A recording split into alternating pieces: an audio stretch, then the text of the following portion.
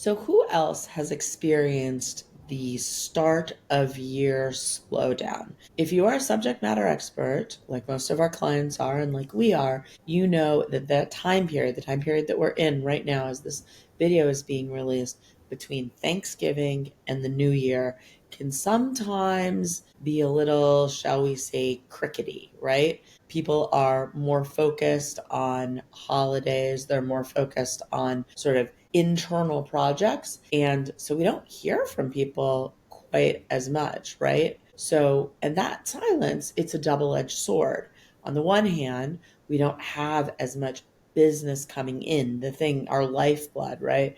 The heartbeat of our organization isn't necessarily happening, but it gives a little slowdown and it gives us time to recalibrate and to focus on our business. So that's what my colleague Lisa and I are going to chat about today. My name is Erika Dickstein with Spring Insights. Lisa Hausz. Also with Spring Insight. Awesome. Lisa, thanks so much for joining me today. So let's talk about our friends who are watching, who are business owners, who are likely subject matter experts.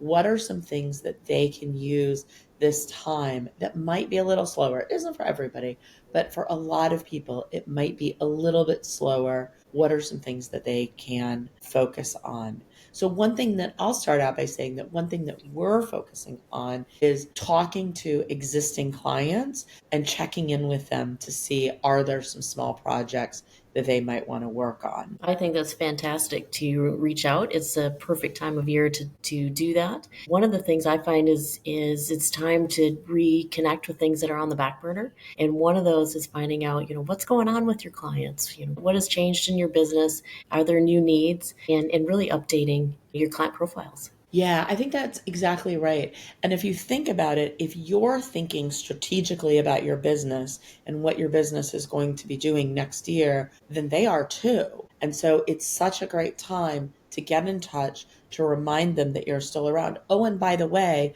to remind them about your full suite of services. Literally just this past week, I was with a client of ours talking about, they were talking about something that they needed. And I said, well, that's work that we do. And she was said, really? Because if somebody has hired you for, in this case, she's hired us to do her website.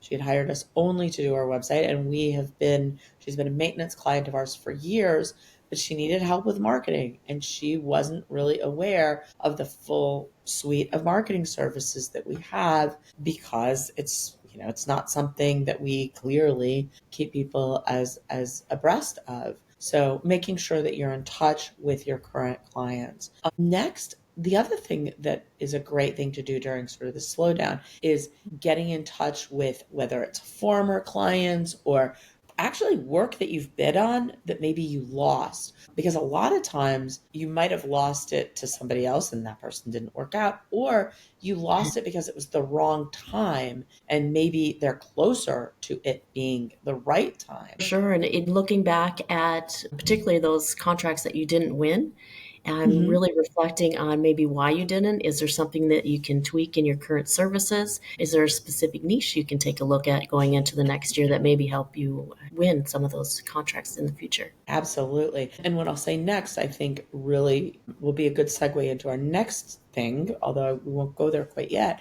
but is the better that you do throughout the year maintaining your CRM, your client relationship management system, and the better notes that you keep, the better able you're going to be to know who are these people?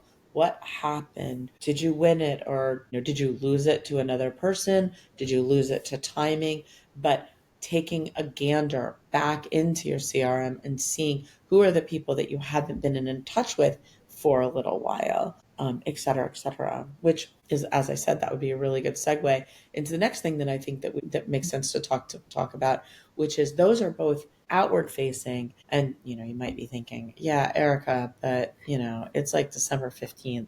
Am I really going to contact like a former client? Maybe not. So in that case, then what are some internal processes and internal optimization that you can do that's going to really set you up for great success in 2025? It's a great opportunity to optimize your own systems so that you are really able to hit the ground running in 2025, and you have this system in place that is going to be able to create value for you when you go after your goals for next year. That's perfect. And CRM is probably a passion for me. I love digging into the data and trying to find out, what areas are we missing, or where can we catch? And, based on what Mm-hmm. you find, do you adjust your brand position for a certain niche that maybe you didn't think about before? Or are there other pieces of information that maybe you want to touch back with your clients and grab that extra nugget of information?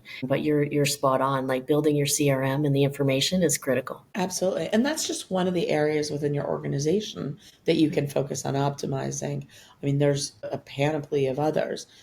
If it's your website, which, by the way, hello, we'd love to talk if it's your website.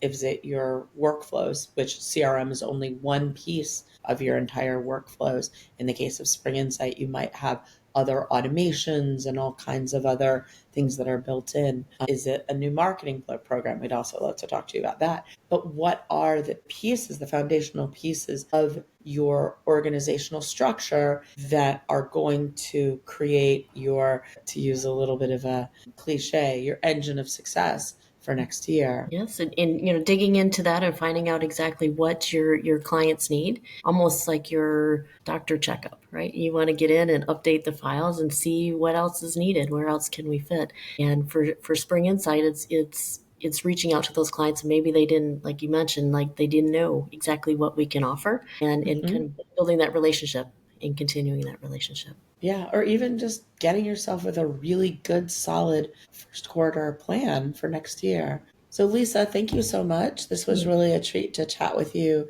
about. And for everybody watching this video, thank you so much. If you enjoyed this video, I very much hope that you will like it. If you haven't subscribed already, please subscribe.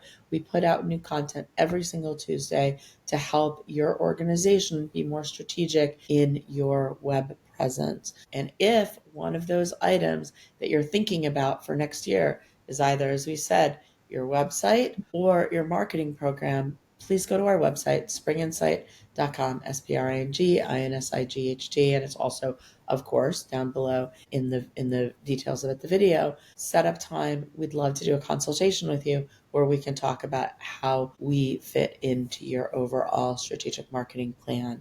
Thank you so much. Thank you.